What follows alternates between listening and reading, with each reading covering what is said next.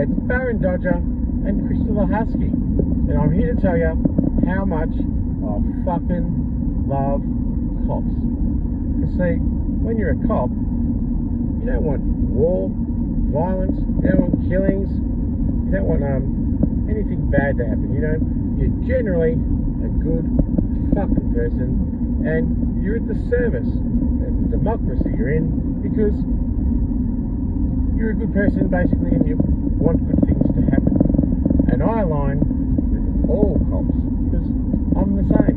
In fact, I didn't just do this, I advocated for 30 years out of altruism for the most vulnerable and marginalised people and their carers in the country. And that was a nice thing to do, and it was something for which pretty much I was stitched up and exploited. But the thing is, cops, like politicians, are like politicians too, because they're also advocating for democracy, for equity, for the right to vote, fairness, all things we expect in a democracy. And I think the cops, politicians, basically have their hearts in the right place. Now, it's a bit of a pickle, because I just went to Services Australia, a government agency, and I said to them, they said, how can we help you? And I said, well, I have no home, I've got no food and no medicine, and I don't have any rights, I can't report a crime to the police, my legal aid is obstructed, and there's a media blackout, and also there's a black budget to ensure complicity with silencing me as a whistleblower. And I'd love the opportunity to send you the whistleblower document, because my whole life has become a political reprisal, and I'm suffering, and this suffering's been going a long time. They've unfairly targeted me in an inequitable, unfair, unjust and cruel way. And during that targeting, which has gone for the best part of 30 years since I put out an autobiography about my experience with schizophrenia and how vulnerable that I was due to mental illness,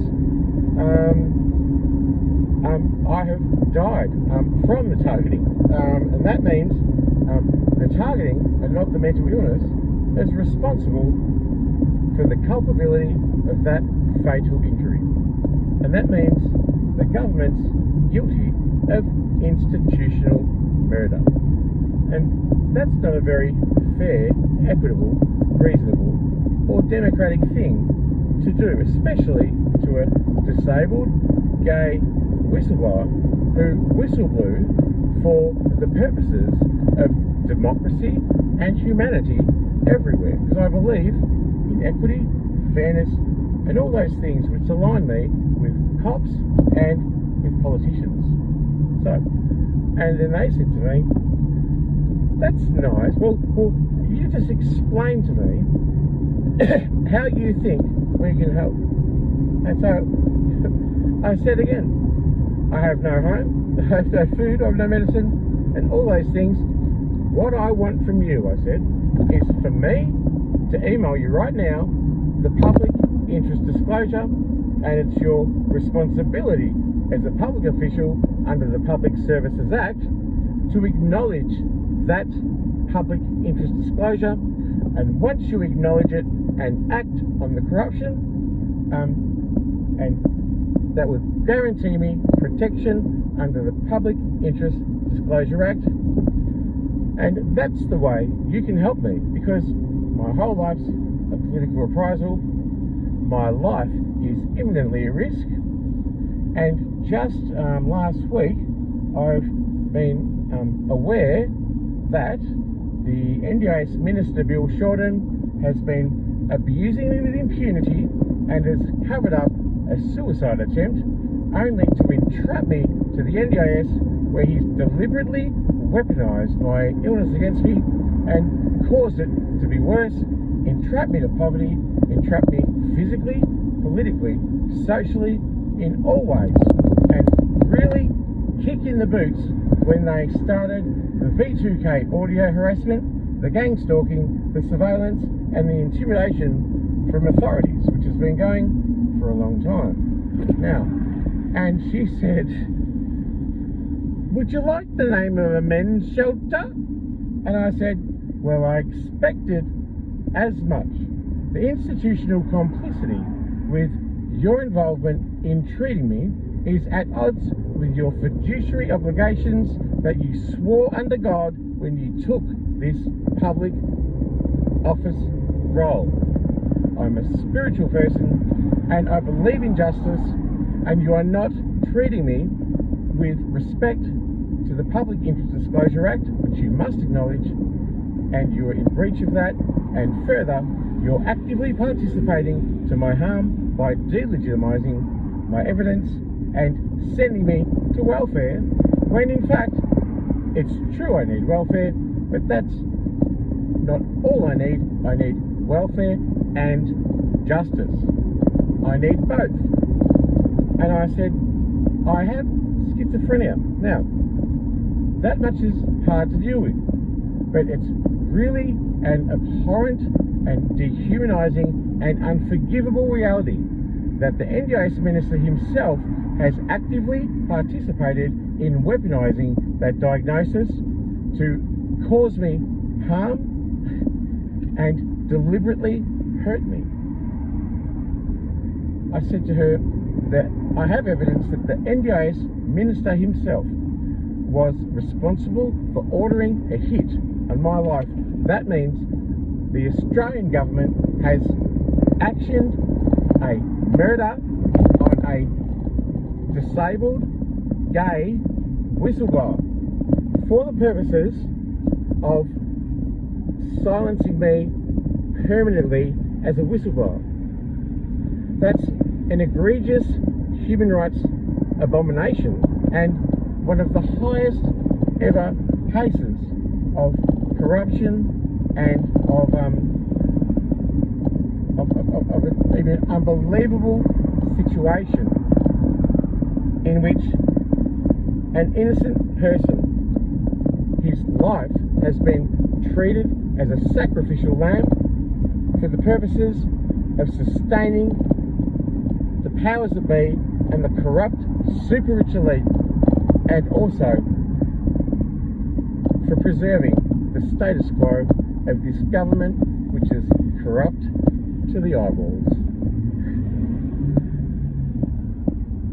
And she delegitimised everything that I said and refused to help me and forwarded me to welfare.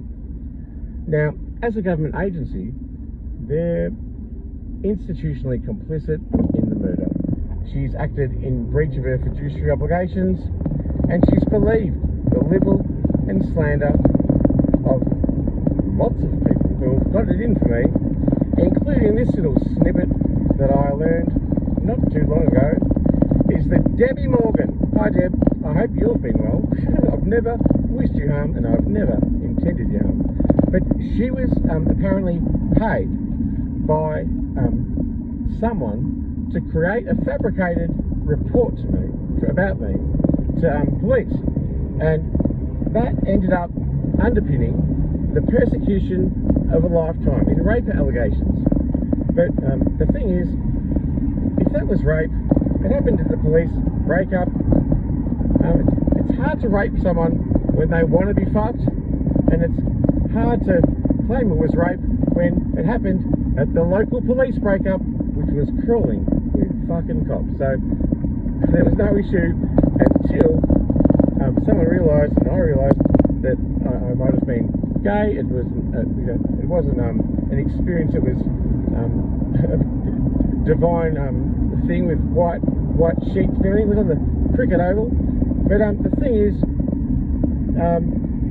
if I had been any sexuality, trans, if I had been a black bird, a purple unicorn with a horn, and she asked me to fuck her, and I fucked her with my horn, and consensual sex is still consensual sex, whether you're gay, or whether you're straight, or whether you're bi, or whether whatever. So she's changed the goalposts. She's been bribed by police, and it's underpinned this persecution of a lifetime, where I've never been able to report a single crime to police ever. And they've caused me to be a missing person 5 times. They've hospitalised me 10 times, and they listened to Bill Shorten when he said locate, arrest, and criminalise him, and make it so he's excommunicated from the state, so that we can continue to silence him, and he won't be able to call out the $6 billion in misappropriated funds that I then had knowledge of from Tony Riddle's explosive revelations to me, which I recorded and published to YouTube. So there you have it. It's a pretty wild story. Debbie Morgan, I never wished you harm, and I've apologised at the time and throughout my life if there was any confusions on my part for whatever reason that were conscious, unconscious, meant or not meant.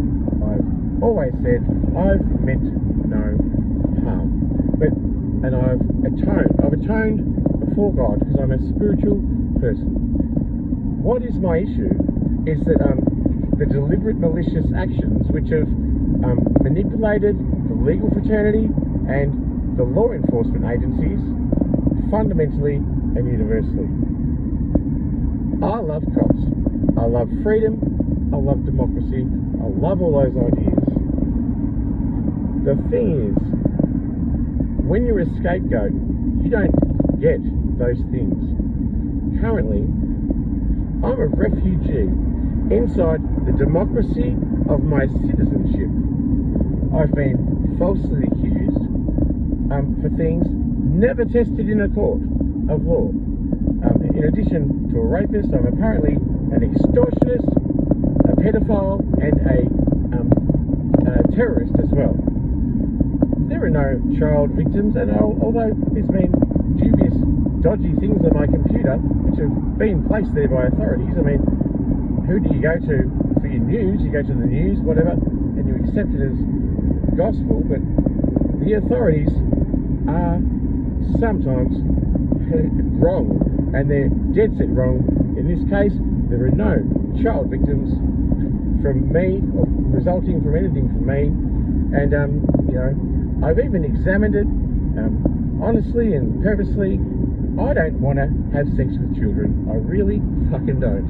And although young men have been in 800 meters, continue straight. With them, and rather than let them try and interrupt me, I just have sex with them. You can't stitch someone up for pedophilia when you're having sex with legal age people. That's just a manipulation of fabrication.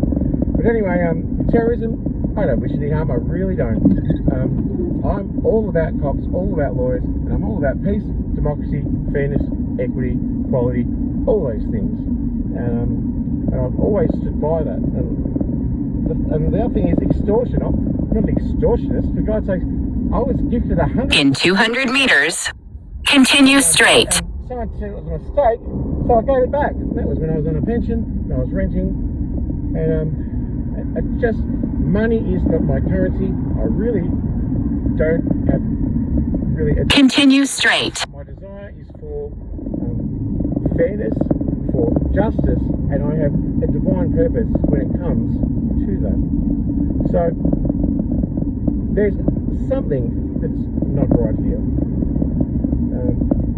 I never claimed to be a perfect person. I'm under investigation. They're following me around. They intercept me. They're watching me fucking parks and go to people's houses. I want to go get bagged. I'm high now. And they just watch me. They can't do anything because, lo and behold, if they arrest me for a court, I just say this whole fucking thing, the whole fucking country's ruined. And the thing is, but I can't do anything because this subtext, which has never been tested in a court, destroys any opportunity I have before it even arrives. So the black budget to destroy and silence me has really worked, and it's underpinned on the subtext of false allegations that aren't tested, and it's all a bit of a fucking bullshit. Now, what is this fucking truck doing? So I'm just trying to find a way. Don't even know where I am. I've got no home. got no rights, got no human rights. My legal rights are obstructed. This is Australia, and this is a democracy which is not standing on justice. It's not equitable. It's not fair. I speak the truth. I'm honest.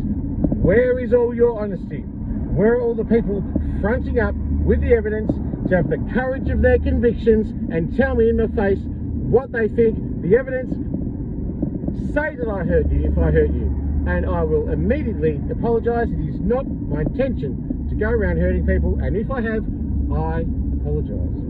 The thing is, no one has been apologetic to me, not one, and that's fucked for me because I'm hurting, and you know, In 800 meters, turn left. because I'm speaking the truth. I don't mean any harm. I'm even going to forgive those people for murdering me, for wanting to murder me. They're only humans. They're imperfect. They're corruptible by money, by bribery, by libel and slander, all that. Oh, fuck, this truck's up my ass. And I understand people because I really have studied humanity and I understand them and I feel like I know them from the inside out. And I'm apologetic and providing forgiveness too for all people who have wronged me, okay? Just In 200 meters, it would be good. turn left. I don't know where I'm going.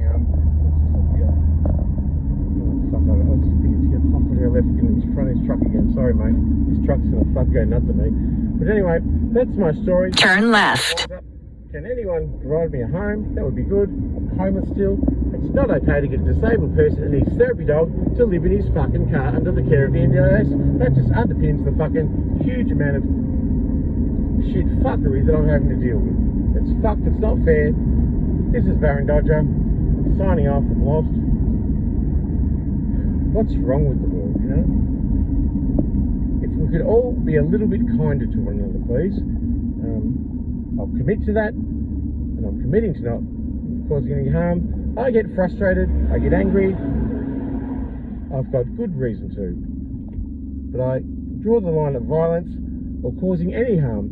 The way that harm is caused to me and poor Crystal. We've been living in the car, scapegoats, refugees inside Australia, murder victims, and the government ordered a fucking hit to kill us. I called it out, and then the same government that ordered us to be murdered has had to fucking step in and stop it. It's a fucking balls up. I don't know what is going on. I feel like I'm in another dimension. Anyway, the truth is stranger than fiction, people. And it's a weird and wonderful and amazing world. And if it's one thing that this has taught me, it is that the light that is causing me to survive or sustaining my life, or it's been opposed by thousands of people wishing me harm, the divine light that's protecting me is better, it's more supreme, and more forgiving than all the deceit, corruption, lies, and fuckery that's tried to destroy me. And I've got an amazing God-given resilience. It has revealed my resilience and my purpose, and I commit to forgiving everyone who's harmed me. That's my little talk, and I just hope you can have some, hope you have a nice cup of tea, hope you get caught up with your friends, hope you have a good, hard fuck, pull a bong, whatever you fucking want to do, just don't hurt anyone, okay? Lo and behold, we lived on, and that was it.